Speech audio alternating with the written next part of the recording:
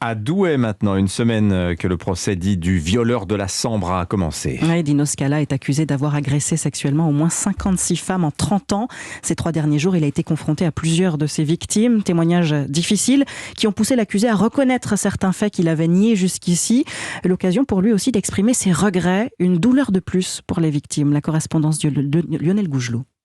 Aux premières heures du procès, il avait dit avoir beaucoup travaillé sur lui-même avec sa psychiatre et face aux victimes qu'il reconnaît, en tout cas celles qui ont eu la force de venir l'affronter à la barre et qui évoquent des vies brisées et traumatisées, Dino Scala avoue sa honte, multiplie les demandes d'excuses et lâche même quelques larmes quand une femme lui fait remarquer que son comportement n'est pas à la hauteur des souffrances qu'il a fait endurer. Pourtant, plus on avance et plus je me rends compte de l'étendue du désastre que j'ai commis, avoue-t-il, devant une autre victime de viol. Mercredi, une plaignante évoquait ce sentiment de culpabilité qu'éprouvent certaines victimes.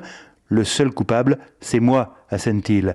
Un repentir qui ne convainc toutefois pas Cathy Richard, l'une des avocates des parties civiles. Il nous sert beaucoup, tout ce qu'il a dit avec sa psy, qui s'excuse.